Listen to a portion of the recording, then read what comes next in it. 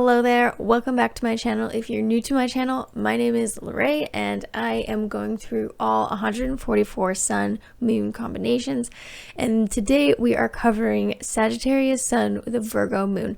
The moon just entered into Virgo, so any baby that is born between now until 5 p.m. Tuesday, this is all in Mountain Standard Time.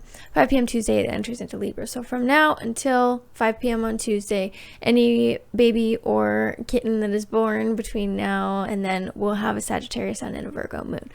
Me and my partner have a foster cat that's pregnant, and she can pop any day now. So personally, I'm not a huge fan of Virgo placements, so I'm kind of holding out for her to wait to pop till the 8th. But let's begin. I will try my best to be impartial. But first, hit the notification bell, like this video, comment, subscribe, and let me know what your pairings are, what you would like me to cover on this channel, because I would like to be making more content, not just these sun-moon combinations. I'm also be kind of covering upcoming transits, so stay tuned for more great content, and I will have links in the description for my private Facebook group, and that is the best place to contact me and learn even more about astrology, because not everything that I teach and make about astrology is a video and or makes it onto YouTube. So the best way to learn even more is to join my Facebook group, and I can even give some tailored training to you and your needs, especially because I'm going to be making a free astrology training of some kind. I have a few ideas, but I would like to know what people want to learn. So if there is anything about astrology that you really want to learn, join the Facebook group and let me know, and I will do my best to accommodate that. So you're going to find that these pairings are quite different, and so this is an interesting pair to talk about in combination, and that's why I've been doing this series, because if you go and watch a video talking about Sagittarius and then you go watch a separate video talking about Virgo moons, they're vastly different, and so it's important to talk about what they look like in a pair and how they interact with each other. So we're going to start with Sagittarius, and I'm going to go over what a typical Sagittarius is like, and then I'm going to go over the Virgo moon placements and talk about how those potentially affect those typical Sagittarius traits. So starting with Sagittarius, a typical Sagittarius is really fun, optimistic, idealistic, and is a very big picture sort of person. They love adventure, they love spontaneity, they don't want to be tied down, they're highly individualistic, they just want to have fun, they have a great sense of humor, and they're very blunt. Sagittarius are known for being very blunt through humor. Pretty much everything they do is usually delivered in a humorous way of some sort. Because they're so big picture, they really like deep philosophical discussions, talking about like, what is the meaning of life, going on adventures to discover themselves or some greater meaning to life. And because they're so free-spirited, they tend to not be very punctual or on time and kind of neglect their day-to-day responsibilities. And because they're so highly individualistic and they don't want to be tied down, they take their sweet time in settling down with a partner, because they don't want to have their freedom and individuality infringed upon, and so they want to make sure that whoever they settle down with is someone who can keep up and go on adventures with them, or at least not take away from their freedom. So now we get to Virgo moons. So this is very different, because Virgo moons are very practical, organized, hardworking. They're very analytical and detail oriented, which is very different from Sagittarius. And so they really love learning and doing new things and having like an actual like practical application, right? So they don't want to just learn something for the sake of knowing it. They want to have an actual practical approach and application to their daily life. And so that part can work quite well with Sagittarius, because they love going on adventures and doing things and having new experiences and trying to discover the meaning of life. And so with a Virgo moon, they may actually have a very practical approach to achieving that, and it's not just it's not just an idea, it's actually a plan. So Virgo moons tend to hold themselves and others to very high standards, and because of this, they can end up being quite critical and often judgmental. That is a tendency. All placements have their negative and positive tendencies. If they're not, then it really depends on how evolved they are. And so Virgo moon, their negative tendencies is to be quite critical and judgmental, and this really, I think, comes from holding themselves to such a high standard, and it really kind of takes a toll on their confidence, because they are quite critical of themselves, because they just have these often impossible standards if they're not careful. That wears down on their confidence, and especially the Sagittarius confidence will, I think, be quite undermined with this placement if it's not evolved, because they just have such impossible standards for themselves that if they're not meeting that, they tend to beat themselves up. And then that usually in any sign bleeds into their interactions with other people, right? So now they're taking it out on other people because they hold themselves to this impossible standard and they berate themselves for not meeting it. So then they see another person not meeting that standard, and it's almost like it needs to be fair, right? Because this is a placement that tends to be quite a bit of a perfectionist, and I think they're also about it being fair, right? And so it's like, well, they're beating themselves up for not doing this thing or meeting these really high standards that they have for themselves. They don't like seeing other people being able to just not meet those standards by a wide margin and not like have some sort of negative consequence. So I think they in some ways kind of take that on themselves. It just is this whole like injustice that they are trying to right, because they hold themselves to such high standards, and they really are their harshest critic, and then they take it out on other people because they see other people not meeting those standards either. So there can be quite a bit of projection with this placement, and just kind of secretly low self-confidence. So they'd have that Sagittarius like confidence that's portrayed that you may see, but under the surface they're actually quite critical of themselves and may actually struggle with self-confidence.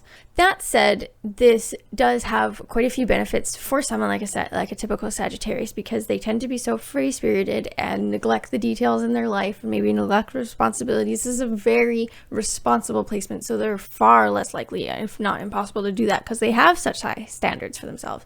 So they're not going to be going on adventures that they can't afford, and they're not going to be doing irresponsible things. They probably have this big picture approach to life, and they do kind of have this wanderlust, but they go about it in a very practical way and do it in a very responsible way. They may have a hard time balancing it, because there's this wanting to go on spontaneous adventures, and then there's the Virgo Moon being like, no, be practical and be responsible. And so it may be hard to strike a balance, but I definitely do think that is something they can do.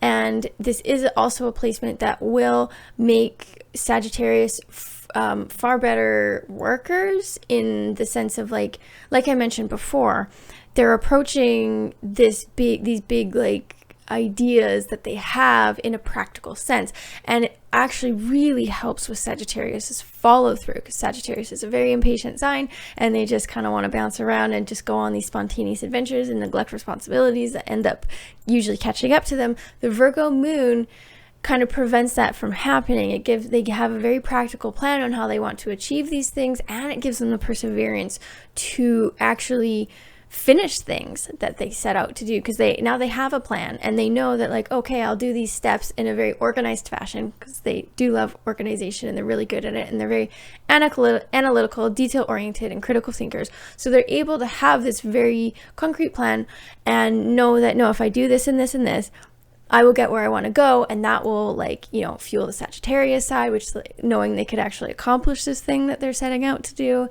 And because it's a lot easier to persevere on something when you actually have a practical plan and you can see the site. So I think that is the issue that Sagittarius Sun have sometimes, is that they don't really have a practical plan and what they want to achieve. So it's a lot harder to persevere in the pursuit of some big adventurous philosophical goal when you don't even know what like step along the journey you are, or if you're even on your way. And so the Virgo Moon would really help you be able to do that. And they just are because they have the high standards, they're very hard workers and very dedicated, and just go think about things in a very practical, organized way, and have perfectionist tendencies. So they're not going to give up until it's done, and it's done right.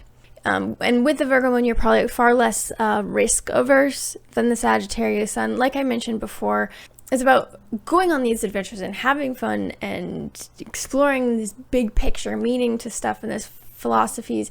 but going about it in a very practical sense in that your responsibilities are not neglected. The other thing this I think amplifies even more with Sagittarius is the bluntness. I think this is a person that has no qualms about telling you where you stand and how they feel about you and when you fucked up.